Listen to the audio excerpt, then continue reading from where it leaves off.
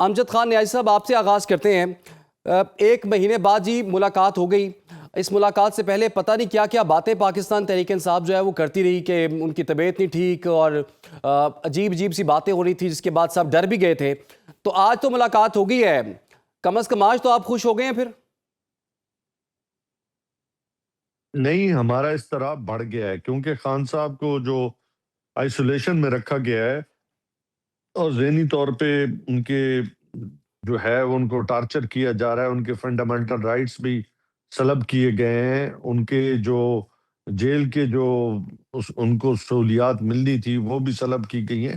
تو اس لحاظ سے دیکھا جائے تو سابق وزیر اعظم ہیں، پاکستان کی سب سے بڑی مقبول جماعت کے لیڈر ہیں، تو ان کو اس حالت میں رکھنا افسوسناک مقام ہے، اور میں سمجھتا ہوں کہ اس سے ہمارا اضطراب بڑا ہے، کم نہیں ہوا۔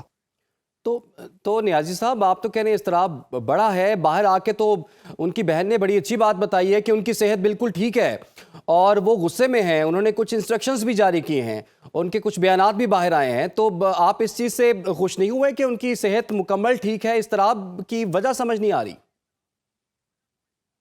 دیکھیں، میں نے پہلے کہا کہ ان کے جو بنیادی حقوق ہیں، انسان کو جب آپ قید تنہائی میں رکھتے ہیں، آپ ان کے بنیادی حقوق معطل کرتے ہیں، تو یہ ہمارے لیے افسوسناک مقام ہے کہ ہم کیسی جمہوریت کے اندر رہ رہے ہیں، یہ کیسی فسطائیت ہے، یہ کیسا ظلم ہے جو یہ گورنمنٹ روا رکھے ہوئے ہمارے ساتھ، ہمارے لیڈر کے ساتھ، جی جس میں اس طرح کا ظلم جو ہے وہ آج ہم کہتے ہیں کہ ہم بہترین جمہوریت ہیں، لیکن جب عملی طور پہ آپ دیکھتے ہیں تو آپ کو ایسا کچھ بھی نظر نہیں آتا، صرف سیاسی انتقام ہی نظر آتا ہے۔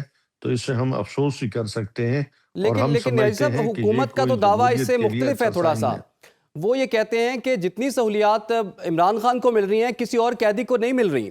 وہ یہ کہہ رہے ہیں کہ وہ تو دیسی مرغ کھاتے ہیں، دیسی گھی میں پکی ہوئی چیزیں کھاتے ہیں۔ پھر وہ یہ بھی بتاتے ہیں کہ ان کی وائف سے بھی ان کی ملاقات آج بھی ہوئی ہے، بشریٰ بی بی سے بھی ان کی ملاقات ہوئی ہے، اور اس کے بعد ان کی بہن سے بھی ہوئی ہے۔ 1 گھنٹے تک رانا ثناءاللہ صاحب نے کہا کہ 1 گھنٹے تک ان کی ملاقات چلتی رہی ہے۔ وہ تو خواجہ آصف نے تو چند دن پہلے دیکھیں، یہ بھی کہہ دیا کہ جو سہولیات بانی چیئرمین پی ٹی آئی کو مل رہی ہیں وہ کسی 5 اسٹار ہوٹل سے کم نہیں ہیں۔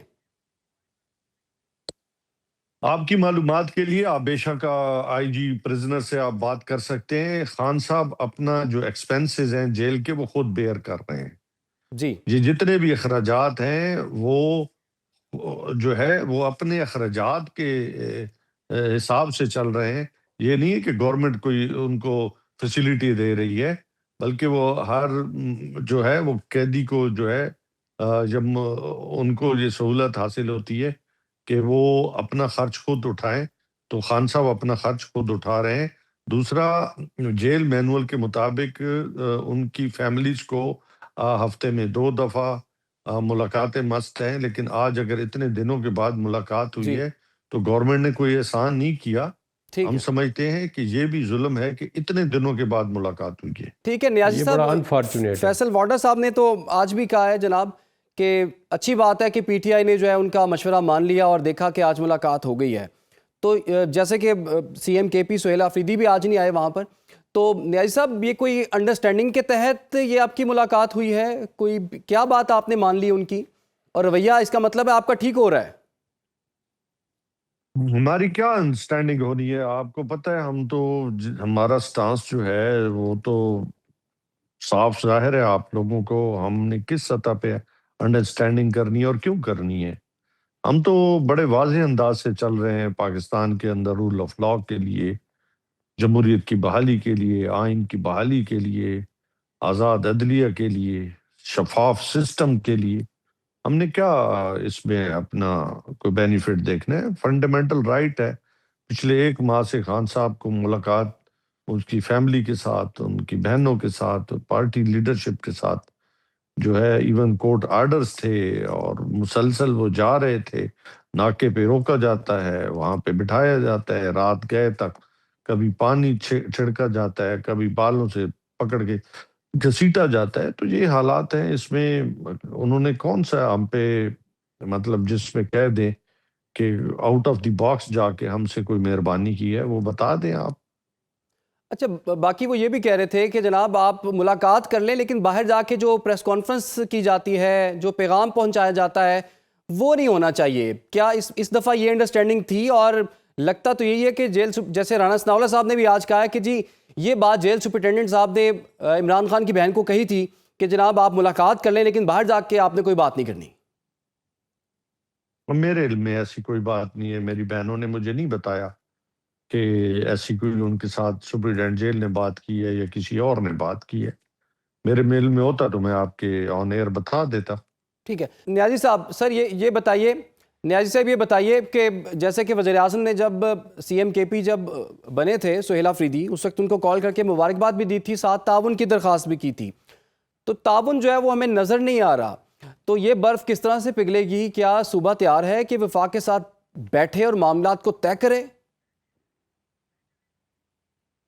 ہمیشہ تالی دونوں ہاتھوں سے بجتی ہے، اور آپ کو یاد ہوگا کہ میڈیا کے اندر یہ بات بھی رپورٹ ہوئی تھی کہ سہیل آفریدی نے پرائم منسٹر چاہے وہ فارم 47 کا ہو اس کا شکریہ ادا کیا تھا، اور ساتھ درخواست بھی تھی کہ میری ملاقات کرا دی جائے. میں ایک صوبے کا چیف ایگزیکٹو ہوں، میری لیڈر سے ملاقات کرا دی، اور ان کو کہا گیا تھا کہ میں پوچھ کے بتاؤں گا. تو آج تک آپ کو پتہ ہے کہ صوبے کا جو چیف ایگزیکٹو ہے وہ پچھلے کئی دنوں سے 8 مرتبہ اڈیالہ جیل کے باہر ساری رات بیٹھ کے چلا گیا ہے.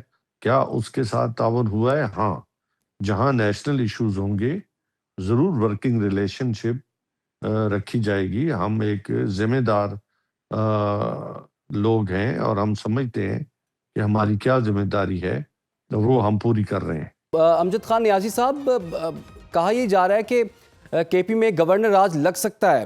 آپ یہ بتائیے، آپ کی ایک ہی تو صوبے میں اب گورنمنٹ ہے، اگر وہ بھی نہیں رہے گی تو پھر آپ کے ہاتھ کیا رہے گا؟ پہلے آپ نے اتنا پولیٹیکل لاس جو ہے وہ برداشت کیا ہے.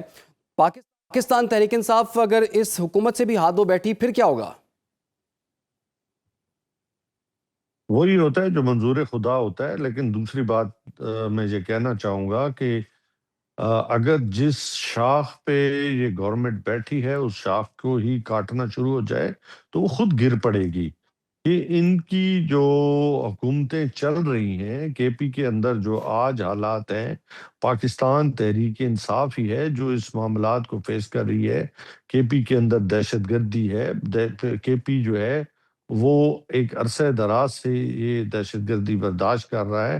تو اس حالات میں پاکستان تحریک انصاف کو کس بیسس پہ وہاں پہ گورنر کے خلاف جو گورنر ارج لگایا جائے گا؟ کیا وہ آئین کے خلاف حکومت کر رہی ہے؟ کیا اس مینڈیٹ حاصل نہیں ہے؟ بلکہ امن امان کے لیے تو پچھلے دنوں آپ کو یاد ہوگا کہ کے پی اسمبلی کے اندر جو ہے وہ انہوں نے امن جرگہ منعقد کیا، جس میں بالکل تمام پولیٹیکل پارٹیز جو ہے تقریباً 17 پولیٹیکل پارٹیز نے شرکت کی، اپنی تجاویز دی. پاکستان تحریک انصاف کی حکومت اپنے فل مینڈیٹ کے ساتھ جو ہے وہ جتنا ہو سک رہا ہے کہ اپنی استطاعت سے لیکن بڑھ یہ کے سب چیف منسٹر وفاق کی کام کر پالیسی رہے کو ہیں. تو آپ نہیں مان رہے نا. وفاق کہتا ہے کہ جتنے بھی افغانی ہیں ان کو ان کے ملک واپس بھیجیں. آپ کہتے ہیں ہم نے نہیں بھیجنے. دیگر 3 صوبے تو یہ اس پر کافی تیزی سے کام کر رہے ہیں، لیکن آپ پہ یہ الزام لگ رہا ہے کہ آپ ان غیر قانونی مقیم افغانیوں کو پروٹیکٹ کر رہے ہیں، حفاظت میں رکھا ہے اور واپس نہیں بھیجنا چاہتے آپ لوگ. پہلی بات تو یہ ہے کہ ہمارے جو نقطہ نظر کو وفاق یا سمجھنا نہیں چاہتی یا سمجھ نہیں پا رہی. ہم دہشت گردوں کے بھی خلاف ہیں اور دہشت گردی کے بھی خلاف ہیں، کیونکہ ہمارا آپریشن کے بھی مفاد خلاف ہیں تو آپ امن و تو. امان میں ہے. اگر کے پی کے اندر جو امن ہوگا تو وہاں پہ سرمایہ کاری آئے گی، نوجوانوں کے لیے روزگار بڑھے گا، وہاں پہ ماحول بہتر ہوگا، تو ہمارا مفاد کس میں؟ ہم اپنے مفاد کے خلاف کیوں جائیں گے؟ ہاں، ہمارا نقطہ نگاہ یہ ہے کہ پبلک ریپ ہیں، مشران ہیں، ٹرائبز ہیں، اور جو اس کے مین سٹیک ہولڈرز ہیں ان کی بات کو سنا جائے، ان کے ساتھ بیٹھا جائے، ان کی کچھ تجاویز ہیں ان کے مطابق اگر عمل کیا جائے تو وہاں پہ کولیٹرل ڈیمیجز بھی کم ہوں گے اور آپ اپنے ٹارگٹ تک بھی پہنچ سکتے ہیں. لیکن تو یہ ان سب کی دیکھیں، کچھ بات چیت چیزیں کر کے تو ہیں دیکھ جن لی کو نا. میرے خیال... دیکھیں افغان طالبان سے تو بات چیت کے مختلف یارا سیشنز میری بھی ہو بات گئے. سن لے، میری بات سن لے نا. میں نے بات کی ہے دہشت گردی کے حوالے سے. باقی افغان طالبان دیکھیں، افغانستان آپ کا پڑوسی ملک ہے اور پڑوسی آپ کے بدلے نہیں جا سکتے. آج آپ سعودیہ جو ہے گورنمنٹ جو ہے مذاکرات میں درمیان میں ثالث کا کردار ادا کر رہی ہے، ترکی بھی کر رہا ہے، قطر بھی کر رہا ہے، آپ کے جو دوست ممالک ہیں وہ بھی یہ چاہ رہے ہیں۔ تو اس حوالے سے ہم دیکھیں، جو سب سے بڑی ہے کہ ہمارا بھی مفاد پاکستان کی سوورنٹی میں ہے، پاکستان کے دفاع میں ہے۔ کوئی اللہ معاف کرے، ہم کوئی یہ تو نہیں کہہ رہے کہ ہم پاکستان کی جو سلامتی کے خلاف ہیں، پاکستان کے وجود کے ساتھ آپ کا اور میرا وجود ہے۔ نیاز صاحب، جیسے کہ مذاکرات کی باتیں ہو رہی ہیں اور لیکن شرائط بھی ساتھ میں سامنے آ گئی ہیں، تحریک تحفظ یعنی پاکستان نے جو شرائط دی ہیں وہ لگتا ہے کہ گورنمنٹ اس کو ماننے کی پوزیشن میں نہیں ہے۔ وہ کہہ رہے ہیں کہ جناب 2024 کے جو الیکشنز ہیں بقول ان کے مبینہ طور پر چوری شدہ انتخابات جو ہیں اسے واپس کیا جائے، اور اس کے ساتھ ساتھ وہ کہتے ہیں آئین کو 1973 کی فارم میں دوبارہ سے بحال کیا جائے، دیگر مطالبات بھی ہیں۔ تو اگر یہ مطالبات یا یہ شرائط جب آپ رکھ دیں گے تو اس کے بعد پھر مذاکرات کس چیز کے رہ گئے؟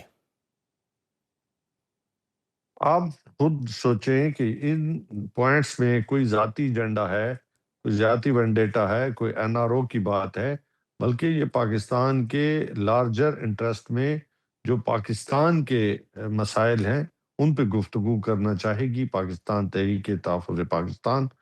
تو تو پاکستان تحریک انصاف نہیں مذاکرات کرے گی، بلکہ یہ مینڈیٹ جو ہے محمود اچکزئی صاحب کے پاس اور علامہ ناصر صاحب کے پاس ہے۔ سر تو جو شرائط آپ کی ہیں اس کے بعد تو گورنمنٹ رہ ہی نہیں سکتی، پھر سروائیو ہی نہیں کر سکے گی۔ جب گورنمنٹ سروائیو نہیں کر سکے گی تو پھر مذاکرات کس چیز کے؟ یہی تو پوائنٹ ہے۔